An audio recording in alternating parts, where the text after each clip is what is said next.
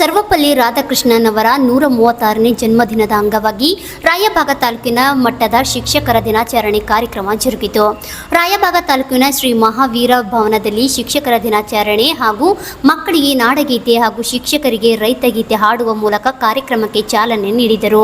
Doctor Sarvepalli Radhakrishnan ಭಾವಚಿತ್ರಕ್ಕೆ ರಾಯಬಾಗ ಶಾಸಕ DM Aihole ಹಾಗೂ ತಹಶೀಲ್ದಾರ್ ಸುರೇಶ್ ಮುಂಜೆ ಅವರು ಪೂಜೆ ಸಲ್ಲಿಸಿದರು. ಡಾಕ್ಟರ್ ಮಹಾಂತೇಶ ಸ್ವಾಮಿಗಳು, ವಿರಕ್ತ ಮಠ ಶೇಗುಣಶಿ ಹಾಗೂ ಮೋಹನ್ ಜಿರಗಿಹಾಳ್ ವೇದಿಕೆ ಮೇಲೆ ಗಣ್ಯರಿಗೆ ಜ್ಯೋತಿ ಪ್ರಜ್ವಲಿಸುವ ಮೂಲಕ ಶಿಕ್ಷಕರ ದಿನಾಚರಣೆ ವೇದಿಕೆ ಕಾರ್ಯಕ್ರಮಕ್ಕೆ ಚಾಲನೆ ನೀಡಿದರು. ಕಾರ್ಯಕ್ರಮದಲ್ಲಿ ನಿವೃತ್ತ ಶಿಕ್ಷಕಿಯರಿಗೆ ಮತ್ತು 2024ರಲ್ಲಿ ಎಸ್ಎಲ್ಸಿ ಪರೀಕ್ಷೆಯಲ್ಲಿ ಅತಿ ಹೆಚ್ಚು ಅಂಕ ಪಡೆದ ವಿದ್ಯಾರ್ಥಿಗಳಿಗೆ ಹಾಗೂ ರಾಜ್ಯ ಮಟ್ಟದ ಕ್ರೀಡಾಕೂಟದಲ್ಲಿ ಸಾಧನೆಗೈದ ವಿದ್ಯಾರ್ಥಿಗಳಿಗೆ ಸನ್ಮಾನ ಕಾರ್ಯಕ್ರಮ ಹಮ್ಮಿಕೊಂಡಿದ್ದರು. ಶ್ರೀಮತಿ ಎನ್.ಎ.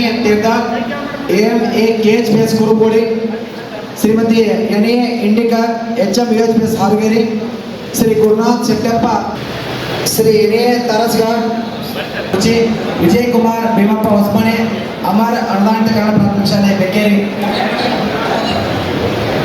ಶ್ರೀ ಶಿವಪ್ಪ ತುಕಾರಾಮ್ ಮಾಗನಗಿ ಸರ್ಕಾರಿ ಪ್ರೌಢಶಾಲೆ ಸುತ್ತಟ್ಟಿ ಮುಖ್ಯೋಪಾಧ್ಯಾಯರಾಗಿ ಸೇವೆ ತಲುಪಿಸಿ ಸನ್ಮಾನಿಸಿರುವುದು ಅವರಿಗೆ ಗೌರವವನ್ನು ಕೊಟ್ಟದ್ದು ಬಹಳಷ್ಟು ನಮ್ಮ ಭಾರತೀಯ ಸಂಸ್ಕೃತಿಯ ಒಂದು ಉಚಿತವಾದಂತಹ ಅಂತಹ ಒಂದು ತಮ್ಮ ನಿವೃತ್ತಿಯ ನಮ್ಮ ಎಲ್ಲ ಶಿಕ್ಷಕರಿಗೆ ನಿವೃತ್ತಿಯಾಗತಕ್ಕಂಥ ಹಾಗೂ ಕೊನೆಗೆ ಸ್ಕೌಟ್ಸ್ ಗೈಡ್ ಶಿಕ್ಷಕರಿಗೆ ಸನ್ಮಾನಿಸಿ ಎಲ್ಲ ಶಿಕ್ಷಕರನ್ನು ಉದ್ದೇಶಿಸಿ ರಾಯಭಾಗ ಶಾಸಕ ದುರ್ಯೋಧನ ಐಹೊಳೆ ಮಾತನಾಡಿದರು. ತಂತ್ರಜ್ಞಾನ ದೇಶದ ಅಭಿವೃದ್ಧಿಗಾಗಿ ತಮ್ಮ ಜೀವನವನ್ನು ಮುಡುಪಾಗಿಟ್ಟಿದ್ದರು.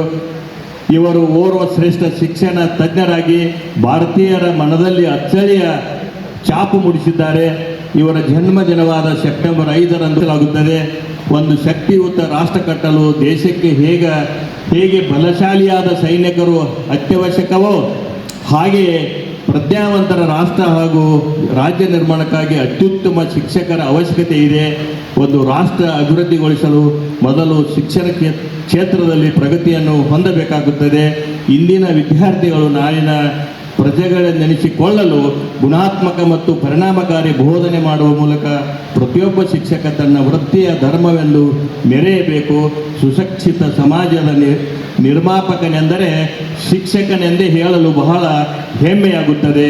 ಆದ್ದರಿಂದ ತಾವೆಲ್ಲ ಆದರ್ಶ ಶಿಕ್ಷಕರಾಗಿ ದೇಶ ರಾಜ್ಯ ನಿರ್ಮಾಣದಲ್ಲಿ ತಾವೆಲ್ಲ ಪೂರಕವಾಗಿ ಶ್ರಮಿಸುತ್ತೀರೆಂದು ಭಾವಿಸಿ ನನ್ನ 4 ಮಾತುಗಳನ್ನು ಕಾರ್ಯಕ್ರಮದಲ್ಲಿ ದಿವ್ಯ ಸಾನ್ನಿಧ್ಯ ವಹಿಸಿ ಪರಮ ಪೂಜ್ಯ ಡಾಕ್ಟರ್ ಮಹಾಂತೇಶ ಸ್ವಾಮಿಗಳು ಮಾತನಾಡಿದರು. ಕಾರ್ಯಕ್ರಮ ಇದು ಗಂಭೀರವಾಗಿ ಚಿಂತನೆ ಮಾಡುವಂಥ ಕಾರ್ಯಕ್ರಮ ಇದು. ಈಗ ನೋಡ್ರಿ, ಒಬ್ಬರು ವಕೀಲರು ಚಲೋ ಇದ್ರು ಅಂದರೆ ನ್ಯಾಯ ಚಲೋ ಇರ್ತದೆ, ಡಾಕ್ಟರ್ಗಳು ಚಲೋ ಇದ್ರು ಅಂದರೆ ಆರೋಗ್ಯ ಚಲೋ ಇರ್ತದೆ, ಪೊಲೀಸರು ಚಲೋ ಇದ್ರು ಅಂದರೆ ಶಾಂತಿ ಸೌಹಾರ್ದತೆ ಇರ್ತದೆ.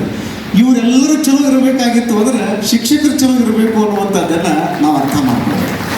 ಇದನ್ನೆಲ್ಲ ನಾವು ಯಾಕೆ ವಿಚಾರ ಮಾಡಬೇಕು ಅಂದರೆ ಇಡೀ ರಾಷ್ಟ್ರ ನಿಂತುಕೊಂಡಿರೋದು ಯಾವುದರ ಮೇಲೆ ಅಂದರೆ ಶಿಕ್ಷಕರ ಮೇಲೆ. ಹೀಗಾಗಿ ನಾವು ಹೊಸ ಹೊಸ ಸಾಧ್ಯತೆಗಳ ಬಗ್ಗೆ ಮಾತಾಡಬೇಕು. ಈ ವೇದಿಕೆ ಏನಿದೆಯಲ್ಲ, ಇದು ಹೊಸ ಹೊಸ ಸಾಧ್ಯತೆಗಳ ಬಗ್ಗೆ ಮಾತಾಡುವಂಥ ವೇದಿಕೆ ಆಗಬೇಕು. ಹೊಸ ಹೊಸ ದಿಕ್ಸೂಚಿಯನ್ನು ತೋರಿಸುವಂತಹ ವೇದಿಕೆ ಆಗಬೇಕು. ಸರಿ ಸಂದರ್ಭದಲ್ಲಿ ಏನಾಗ್ತದೆ ಅಂದರೆ ಎಲ್ಲರನ್ನು ನಾವು ಕರಿಬೇಕಾಗ್ತದೆ, ಸನ್ಮಾನವನ್ನು ಮಾಡಬೇಕಾಗ್ತದೆ. ಆದರೆ ನಾನು ಸನ್ಮಾನ್ಯ ಶ್ರೀ ನಮ್ಮ BU ಸಾಹೇಬ್ರ ಹತ್ರ ಹೇಳ್ತೀನಿ ಅಂದರೆ ದಯವಿಟ್ಟು ನಾವು ನಮ್ಮಂಥವ್ರೆಲ್ಲ ಅಲ್ಲಿ ಕರೀರಿ, ನೀವು ಅಂದರೆ ಸಂಪನ್ಮೂಲ ವ್ಯಕ್ತಿಗಳನ್ನೆಲ್ಲ ಅಲ್ಲಿ ಕರೀರಿ.